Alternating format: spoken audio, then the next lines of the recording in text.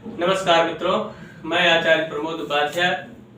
आप सभी के समक्ष उपस्थित हूं आज बड़ा ही एक रोचक विषय लेकर। मित्रों, आप सभी को पता है कि पितृपक्ष प्रारंभ हो चुका है और पितृपक्ष में लोगों के मन में एक बड़ी दुविधा बनी रहती है। पितृपक्ष को श्राद्ध पक्ष भी कहा जाता है और इसमें पितरों को प्रसन्न करने के लिए अनेक प्रकार की युक्तियों को यानी कि उनसे जुड़े दान पुण्य तर्पण इत्यादि का कार्य लोग करते हैं, जिससे उनके पितृ किसी भी प्रकार से रुष्ट न हो और पितृ प्रसन्न है तो जीवन में अनेक प्रकार की खुशियां मिलती है।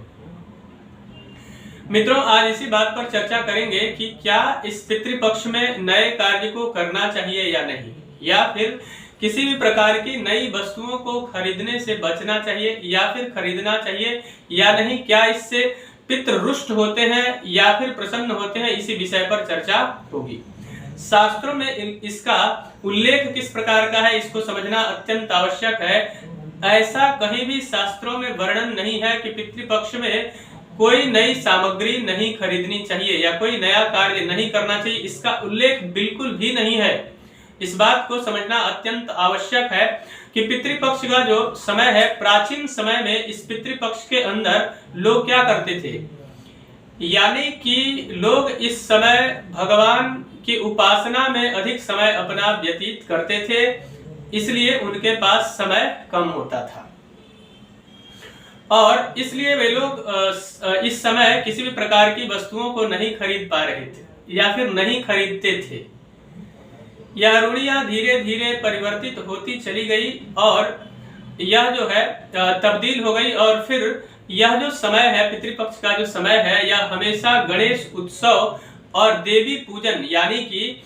नवरात्रि के बीच का जो समय होता है, इसी बीच यह आता है। इस बीच आता है तो यहाँ पे यह जो सूक्ष्म शरीर है,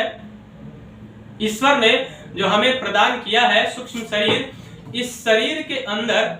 जो सूक्ष्म शरीर में हमारे पितृ भी निवास करते हैं और पितृ जब निवास करते हैं तो किसी भी प्रकार का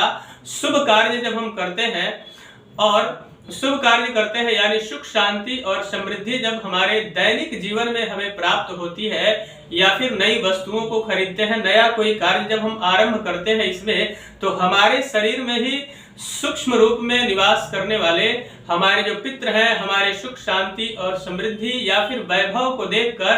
अत्यंत प्रसन्न होते हैं और उसके पश्चात हमें अनेक प्रकार के आशीर्वाद प्रदान करते हैं। तो ये जो अलग अलग प्रकार की भ्रांतियां कहीं ना कहीं फैली हुई है, इस बात को समझना और इससे पर्दा हटाना हमारा कार्य था, जिसको हमने बखूबी करने का प्रयास किया। इसलिए आप लोगों को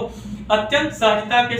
साथ समझाने का प्रयास किया कि पितृपक्ष में जो मन के अंदर आपके वहम बैठा हुआ है किसी प्रकार के बातों को लेकर, इसमें कोई नया कार्य नहीं करना चाहिए। तो ऐसा बिल्कुल भी नहीं है, आप किसी भी कार्य को कर सकते हैं, विशेष करके शादी और विवाह इत्यादि के कार्य वर्जित इसमें माने जाते हैं या फिर गृह प्रवेश इत्यादि के कार्य। इसके अलावा